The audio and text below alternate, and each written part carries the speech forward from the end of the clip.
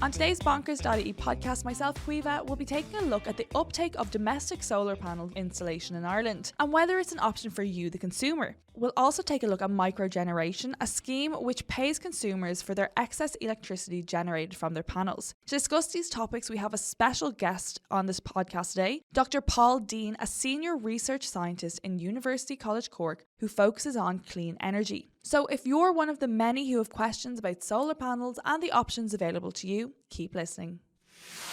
In 2022, a new emphasis was placed on solar-powered energy both at a European and national level. Solar energy is now being pushed as a solution to Ireland's electricity demand issues, price hikes and carbon footprint. Currently, there are 50,000 homeowners in Ireland with domestic solar panels attached to their homes, with 1/3 of them being installed in 2022 alone, showing the population's interest and uptake in having their own renewable energy source at home is growing.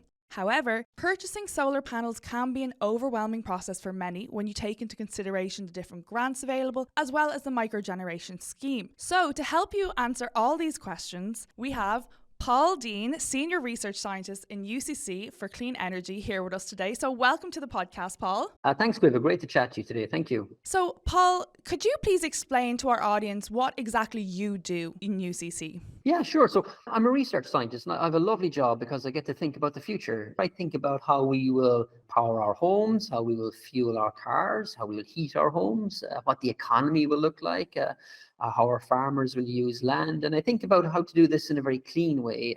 We think of Ireland as being a very clean and green place, and in many regards it is. Ireland is one of the most fossil fuel reliant countries in Europe. And just to put that into context, at times during the energy crisis last year, one of the worst crises in about 3 decades, at times we were spending over €1 million every single hour on fossil fuels in Ireland. And most of that money leaves the country. It goes to, places in the UK, Norway, in the US, and in West Africa. So we're a very fossil fuel reliant country here. That's kind of the core focus of my work in UCC, is looking at solutions to these problems. Thankfully, we have a lot of the solutions already, and many of these solutions will make not only our economy stronger and our communities more resilient, but in fact our lives better. Yeah, and a new study found that solar panels could provide up to 25% of Ireland's electricity needs, which would really cut our reliance on fossil fuels. So could you explain to us, how do the solar panels work and what type of solar panels are on the market for everyday people? Yeah, sure. And that was very surprising.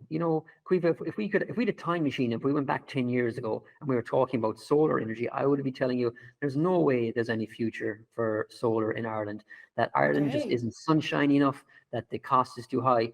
But things change. It shows you that sometimes our thinking about the future can be wrong and we don't always get it right. What's happened in the last number of years has been phenomenal, particularly for rooftop solar photovoltaic. And I'll explain what photovoltaic is in a moment.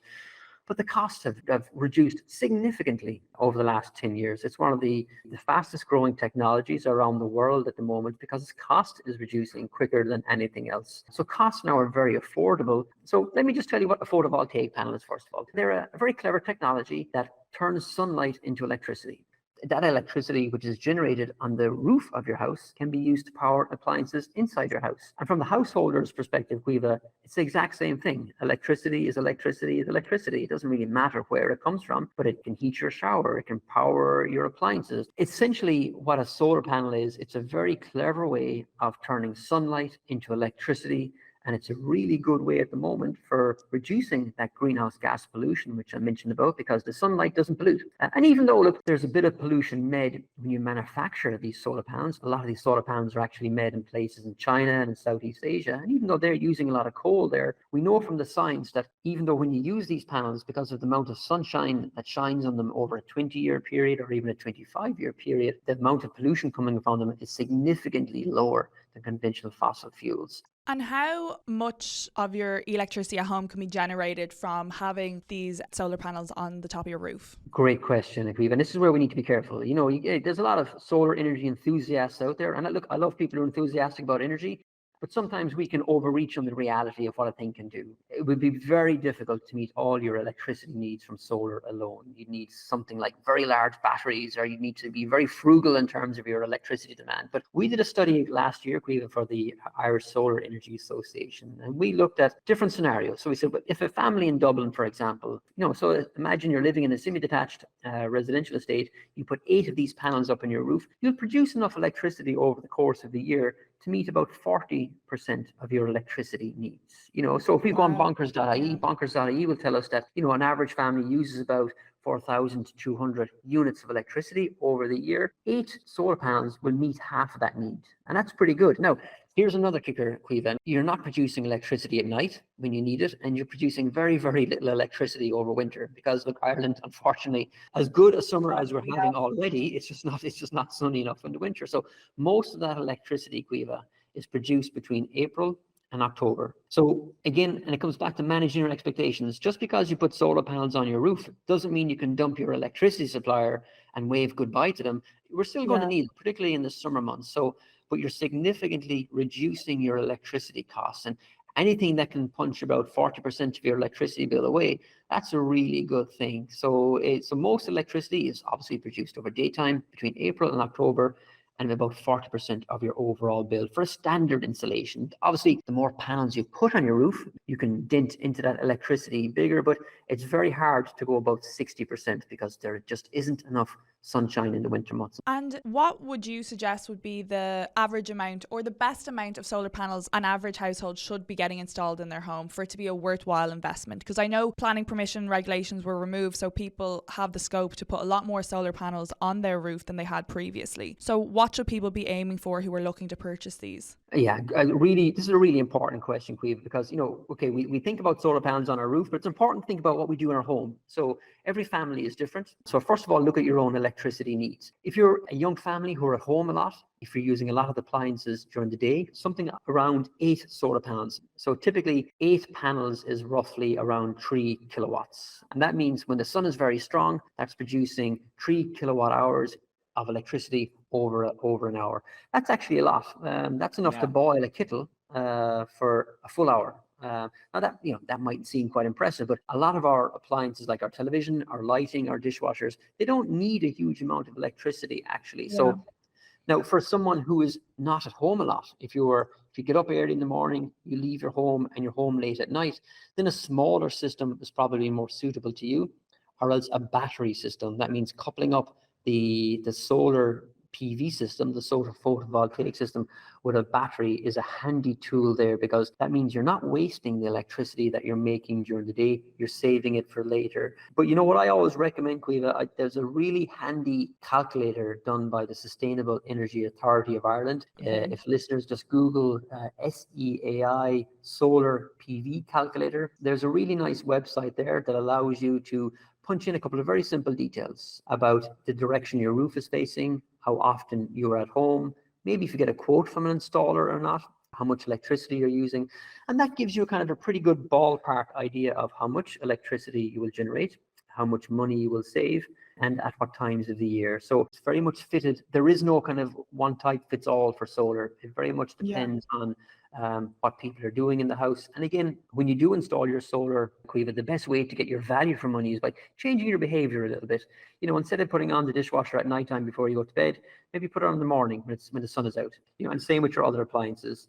There's a handy feature that a lot of these installations come with, where it just directs electricity that's not being used in your house to your hot water immersion tank. So let's just say, for example, if you don't need a lot of electricity during the day, if your appliances are off, it just diverts your electricity into your hot water tank, into the, Irish people have a dread of the immersion going back for decades, but solar electricity is a very handy and very cheap way to heat water in your immersion tank. And that's like a big battery. You can use that water to shower later on, or to use it, for washing or whatever. So that's a handy feature there as well, that that installers hopefully will tell people about, and that people will be able to think about. And is that the solar thermal panels that are also available, or is that something separate? Okay, so that's something separate. So again, if we go back in our time machine about 10 years ago, Caoimhe, and if we were driving around the country, there would have been a lot of these. They look like solar panels, but they've kind of got tubes in them. They look kind of like ducting. They look a little bit more clumsy, take up a little bit more space. They're actually solar thermal panels. And what they do is kind of around the same principle. They use sunlight to make energy, but they actually use that to heat water directly. So they're not making electricity for your home. They're making water hot to use within your home.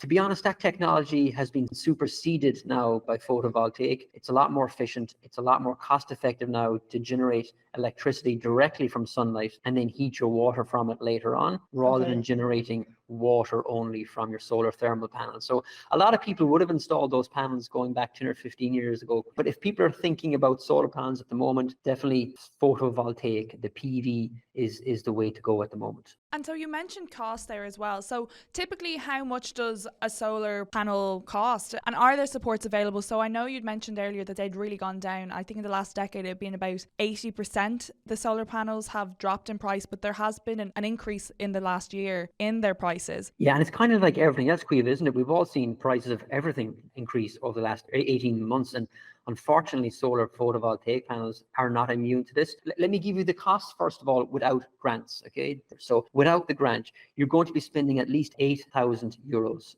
And even that's a simple system around 3 kilowatts. That's around 8 panels. That would meet 40% of your electricity needs. And that €8,000 covers a big bulk of that cost. Is not necessarily the panels themselves, Caoimhe. It's just, getting installers out, getting scaffold up, getting people up on the roof, testing the roof, installing the kit.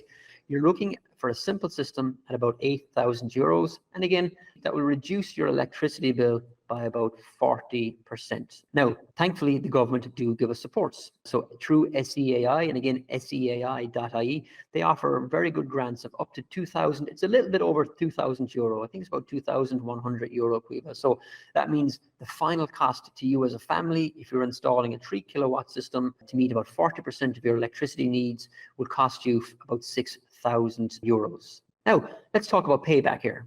People talk about solar being free. Look, that's not correct. Yeah, I think the money you make back is a major incentive for people, especially with microgeneration and everything like that. Exactly. The fuel is free, but the installation costs a lot of money. So in Ireland, with current electricity prices, you'd make your money back on that system in about 8 to 10 years. Now, prices are very, very high at the moment, so you'll make it back quicker, but we don't expect prices to stay this high forever. So you're looking at a payback of somewhere around 10 years. Now, that might seem like a lot, and look, it is. But the benefit then is that these panels last for about 25 years. So for the 15 years after that, then you're essentially generating cheap or very, very affordable electricity. Another way to think about it, Caoimhe, when you go on Bonkers and you do your price comparison between different supply companies, it gives you the unit price of electricity. For solar electricity, you're typically generating your own electricity for about 10 cents per unit. And wow. when we consider that most supply companies are charging 32, 38 cents per unit, generating your own electricity for the next 25 years at 10 cents per unit is good. It's not brilliant, but it's affordable, and it reduces your exposure to volatility within the electricity markets a little bit. One of the interesting things, it connects you with the weather outside. People love who doesn't like saving money? All the appliances will be on when the sun is shining to take advantage of that electricity. Exactly, and why not? And that's really important, because putting the solar panels on your roof and walking away from them and not changing your behavior doesn't expose you to the full benefits. You must be willing to try those different things, that when the sun is shining outside, maybe throw on a load of washing in the washing machine. If you're lucky enough to have an electric car, if it's at home, plug it in the middle of the day when the sun is shining. Keeping an eye on the weather and connecting that to your electricity use is something that a lot of people who have solar PV kind of go on that natural journey and they're excited about. Now, as well linked to costs, the government did recently remove VAT of 13.5% in May off solar panels.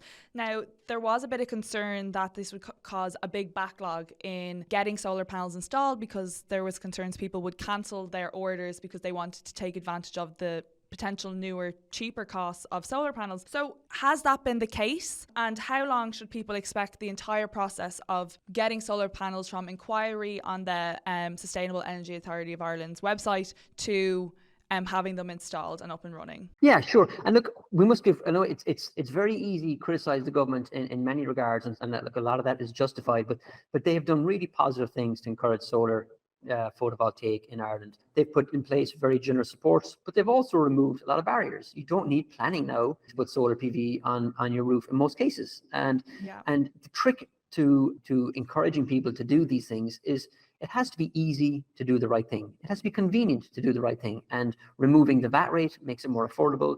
Removing the planning restrictions makes it easier. Now, we haven't seen, here's some anecdotal evidence, Caoimhe, that it caused some challenges, but I think they introduced the VAT reduction fairly quickly. There was maybe a number of weeks of a delay period. And so we haven't seen a massive traffic jam of installations materialize. So I think it's been relatively smooth. Now, if you phone up an installer today and want to install solar panels, it can take anything from, I've heard quotes from 3 weeks up to 3 months, up to 6 months. And that reflects just the appetite for people to install these things at the moment. There tends to be a huge urgency and demand to install solar PV around the summer times. And unfortunately, we just don't have enough people in Ireland to do it. We need more tradespeople in Ireland. We need more women and men getting into trades, because we need tradespeople to install these things. This isn't something that a regular person can do on their own. You need a certified electrical installer. You need to make sure people know what they're doing. I always recommend, Caoimhe, that people get at least 3 quotes from different suppliers. Okay. 3 quotes. And that's really important, because some installers are just so busy at the moment, they just throw out kind of speculative quotes for crazy money. And if some of those land, they make a lot of money, but it can really damage the householder's finances. So get 3 quotes from local installers. Maybe if you've had a friend or a cousin or a neighbor who has panels installed already, chat to them about the process. How did the job go? And once the installers turn up on your door, it can take just 2 days really to get the whole system installed, a little bit shorter depending on your roof. Now, sometimes people can run into challenges. If you're in a very old home, you've got to make sure that your roof is structurally sound. So an installer might come out and just look at your roof. You got to make sure that you're not in a protected building. So they'll look at these type of things first of all. But in most cases, it's relatively straightforward. But do please try and get at least 3 quotes, compare them. Don't rush into the cheapest quote. The cheapest quote isn't always necessarily the best. And ask around. Ask somebody, your neighbor, a friend or family who has done it already, and compare their experiences and see what the best thing is for you. Yeah, because there are a lot of installers out there. I think on SEIA website, there's 233 registered with them. It's really important to find somebody who's reputable and who's certified. We're dealing with electricity here. This is serious stuff. You do need a certificate from the installer to make sure that your wiring is done, that it's safe. And typically, once these panels are installed, Caoimhe, there's very little maintenance. There might be some maintenance maybe after a 10 or 15 year period. But you want to make sure that whoever installs them, puts them on the roof, you press go on the system, and you'll never have to call them again, because there's no moving parts. They don't have to be cleaned, but do please try and go for a reputable installer. Some installers aren't so careful about health and safety, or aren't so careful about looking after their customers. It's important that we choose installers who have a good reputation. Now, you had mentioned at the beginning of the podcast, Paul, that over a decade ago, you would never have considered really solar energy in Ireland. And I think there are still a lot of people out there that kind of question that because of our climate. And they might be wondering if it's worthwhile investing in them, especially now with Climate Action Plan for 2030. The government wants 80% of our energy to be from renewable sources. But at the moment, wind energy is obviously running away with that. Why should people get solar panels installed at their home? Is it worthwhile for them? Yeah, so first thing here is, if you have some disposable income, it's a good investment in your home. It's an investment that will endure for 25 years. It's an investment that will continue to reduce your electricity bills. And even though the payback is somewhere in the region of 10 years or so, financially, it's a really good investment. So whatever about saving the planet, people want to save money. And this is one of those things that delivers this at the moment. So it tends to future-proof your house as well. Solar technology is relatively robust and resilient. It's unlikely to be superseded by something else. And as well, from an environmental perspective, it's just really clean. There's no fossil fuel from the generation of electricity within your home. And that's really important. And we're seeing these initiatives, Caoimhe, around Ireland. We're seeing it in GAA fields. Like a lot of GAA clubs now are installing solar panels on their stands, community centres and schools. The economic arguments are strong and very compelling, but the environmental arguments are just so very clear. And look, we're doing really good things in Ireland at the moment with renewables. Last year, about 40% of all the electricity that we generated came from renewables. Most of that was from onshore wind. That's good. But there's a kicker here. Unfortunately, the 60% that isn't from renewables is still heavily reliant on fossil fuels. So Ireland is still a fairly significant polluter in terms of electricity generation when we compare ourselves to our European partners. So Ireland would have one of the most polluting power grids per unit of electricity generated in Western Europe. It's because of the significant amount of fossil fuels that we have on the system. But solar panels is a way to help dent that pollution and also reduce our bills at the same time. Now, we are going to move on to the next section where we're going to be talking about one of the things that is attracting a lot of people towards solar panels, and that is the announcement of the microgeneration scheme. So we'll be back in a few moments and we'll get right into that topic. Cut the cost of your electricity bills on bonkers.ie. Compare and switch electricity deals from Ireland's main energy suppliers in seconds with the help of our free electricity comparison tool. Okay, so microgeneration is something that is pulling a lot of people into the idea of getting solar panels on their home. So can you please explain to us, Paul, what exactly microgeneration is? Yes, Caoimhe. Look, and we've had so much bad news over the last 18 months in terms of energy and things going wrong and prices going up. This was actually a really good news story. The government and have encouraged most supply companies now to pay people money for any excess generation that they're producing on their site from things like solar or other types of smaller generation types. So what this means for somebody who has solar panels, if you have excess electricity, so for example, if you turn on your appliances and you're not able to send electricity to your hot water tank, you can sell it back to the grid. And companies now will pay you quite generously for that. And that's really good. So most supply companies will do this at the moment. You do have to be signed up to the supply company that you're selling the electricity to, but it increases the payback for the person who has installed the panels. And if we generate a little bit of extra electricity over the course of the year, we can sell it to the supply companies and they give us a little money back on our bills or through direct support, and that's a really good thing. Yeah, it's a great passive income that a lot of people can jump on top of. You don't have to think about it because when the sun's shining, it's making you money and it's cutting your bills down. So I say one of the main questions people have around the microgeneration scheme is, are people able to get a fair and competitive market price for the electricity that they sell back to the grid, or are they getting a poor price from their electricity supplier? So my view is that it's a pretty fair price at the moment. Now, again, small print and caveats here, Caoimhe, the prices will change into the future when the worst of this energy crisis is behind us, and I think we're kind of getting to there now.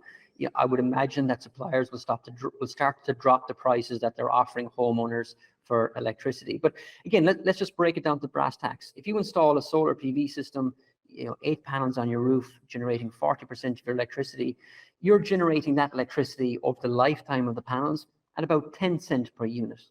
Most supply companies are offering a lot in excess of that for electricity at the moment. You have tariffs between 14 cents, 16 cents, 18 cents. So at the moment, it's a really good payback. Look, you're not going to become a millionaire from it, but you'll make a couple of $100 over the course of the year. And what it does is that puts a bit of money in your pocket for electricity that otherwise would have been wasted. And again, it just helps increase that payback for you as a homeowner. And again, look, buyer beware. There's lots of different supply companies out there offering different things. So it's good to shop around, look at different supply companies, see what they have to offer and match that with your needs then as well. And also on top of it being a competitive price, great news for a lot of people is that the first €200 is tax-free. So you get to put all that money in your pocket and you don't have to give anything to the government. So that's another win for people. Great. But there is one question for people who do want to do the microgeneration. Do you need a smart meter in order to avail of the benefits of it, or can you just do it on a standard meter? So here, it's very important to check with your supplier, okay? Different suppliers have different rules. In most cases, you do need a smart meter to reap the full benefits because they need to understand how much electricity is coming from your premises. But not all suppliers have forced this. But look, we are seeing smart meters. I think there's 1.3 million homes now in Ireland have smart meters. You do reap a better reward if you have a smart meter. In a lot of the cases, you don't actually need a smart meter if you're just going, if you're looking at installing the solar panels for your own use, then you don't need the smart meter in that regard. But it's really important to check in with your supplier and then maybe check in with the ESB. If the supplier does require you to have a smart meter to reap the full benefits of their plans, you can check in with ESB networks to find out when the smart meter might be available within your locality and maybe match those two up. So again, buyer beware, check in with the supplier here. Okay, great. Thank you so much. And then just moving on from microgeneration, and kind of to the wider field. So last year, the EU, as we said previously, really started to push solar energy as a solution to shortage problems and also the climate crisis. So the EU's Repower EU plan made a proposal called the Solar Rooftop Initiative to make the installation of solar panels on new buildings, new public and commercial buildings mandatory. So this is by 2029. So what are your thoughts on this plan? It's a great idea, and it's something that we should have been doing for a number of years. I'm here in University College Cork. I was talking to our building manager a number of weeks ago, and he made a really good point. He said, we used to always look at roofs in UCC as a liability. They were a problem, but now they're an asset. How can we use this roof space to reduce our energy bills, to reduce our pollution coming from greenhouse gases, and to save a bit of money? And I think when we look across Ireland, when we look across the EU, this is something that makes a lot of sense. It pushes down our energy cost, pushes down our pollution, and creates lots of very meaningful jobs. And do you think the government is doing enough to push solar energy if there aren't people that there to meet a demand we have or to meet the goals we have with the climate action plan? Is the government doing enough? I think this is one area where they have done enough, and they've certainly lived up to the expectation. And it's not just about putting supports in place. They removed barriers that existed as well. Removed paperwork. They removed the planning. They removed that. I think we have to applaud them for that. We have to acknowledge them for that. And they have put in place a lot of good apprenticeships programs, and they take time to turn around. So I think, this is one case where the government have done really well in terms of doing the right thing at the right time. And speaking of barriers, now not everybody is going to have access to a roof on their home. So what's your best advice to people such as renters or people who cannot afford to get solar panels installed to reduce their carbon footprint? Yeah, this is very difficult. When we look around our homes, a lot of Irish people and most Irish families are already fairly lean in terms of their electricity usage. If you go back 20 years, we're actually using less electricity now in our homes than we were 15, 20 years ago. A lot of that actually relates, Caoimhe, just to the appliances that we have use a lot less electricity. And really, the only control that we have in that regard is just to watch our electricity use. Like a lot of us have learned over the last 18 months, being mindful with the big appliances that use most of our electricity. Your electric shower is something that absolutely gobbles electricity. Your tumble dryer, your dishwasher, making sure your fridge is de-iced, making sure it's decluttered. When you're putting on washing machines, if you're able to put on a low temperature wash, if it's a fine sunny day, throw a load of clothes out in the washing line. They are essentially the choices that people can make in terms of reducing our pollution from greenhouse gases within the electricity system. If you don't have the rooftop space, it's very difficult to make a significant dent in your pollution for the electricity system. Bonkers.ie is a one-stop shop for saving on all your household bills. Switch and save today across a range of energy, broadband, banking and insurance products with our free, easy-to-use tools. So now we come to our final segment of the bonkers.ie podcast for today. And this is my favourite section, Paul. So this is where I get to ask the more unusual questions that not everybody has the answers to. So first things first, we'll just address a common myth. Solar panels won't work if it's overcast, cold or rainy. Oh, they do. They don't generate as much, but they do work. They will generate. No, they won't work at nighttime. They won't work if it's dark, but they will generate electricity on dull days. But they generate most of the electricity when the sun is shining. How often do I have to get solar panels replaced? Once every 25 years. Can solar panels increase the value of my home, or are they just considered an eyesore? Oh, they certainly will increase the value of your home, because when you sell your home, you're selling a generation facility that will produce cheap and affordable electricity for the next 25 years. And that is a really important asset for your home. And lastly, if I can't install solar panels on my roof, maybe I have a attached roof, what other option do I have? Well, if you're lucky enough to have a large garden, you can consider what we call ground-mounted solar. I've seen a lot of these spring up around the countryside. People are looking at the ground-mounted option. Typically, if they might have an unusual roof with lots of dormer windows or Velux windows or whatever, you do need a large garden. But as well, people are considering it if your house isn't directly south-facing, maybe putting them on the garden if you have the space and you can directly point them towards the south. That's a really good way to kind of maximize the value. But unfortunately, you do need the space within the garden. So before we go, Paul, what advice would you give to homeowners who are considering getting solar panels? Okay, shop around, ask around, get a number of quotes, get someone who's reputable. chat to people who have it installed before, and take your time with it. The costs are very high at the moment, so don't rush into something because just the price looks good. Get it checked out, make sure you're comfortable, make sure they're certified, and I hope it works out. Okay, great. Thank you so much for coming in today, Paul. It's been a real pleasure getting all your insights. Thank you so much. Thank you.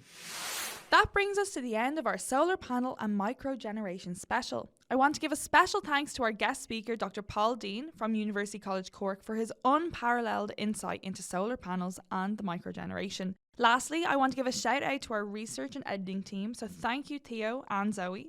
And if you want to learn about solar panels and microgeneration, head on over to our guides and articles section on bonkers.ie to get more information about the different type of panels and grants available to you. You can also cut the cost of your electricity and gas bills by using our free energy comparison tool, which will help you find the cheapest deal on the market. And don't forget to like and subscribe to the bonkers.ie podcast on your podcast app of choice, and follow us on Instagram for our top renewable energy, electricity and gas saving tips.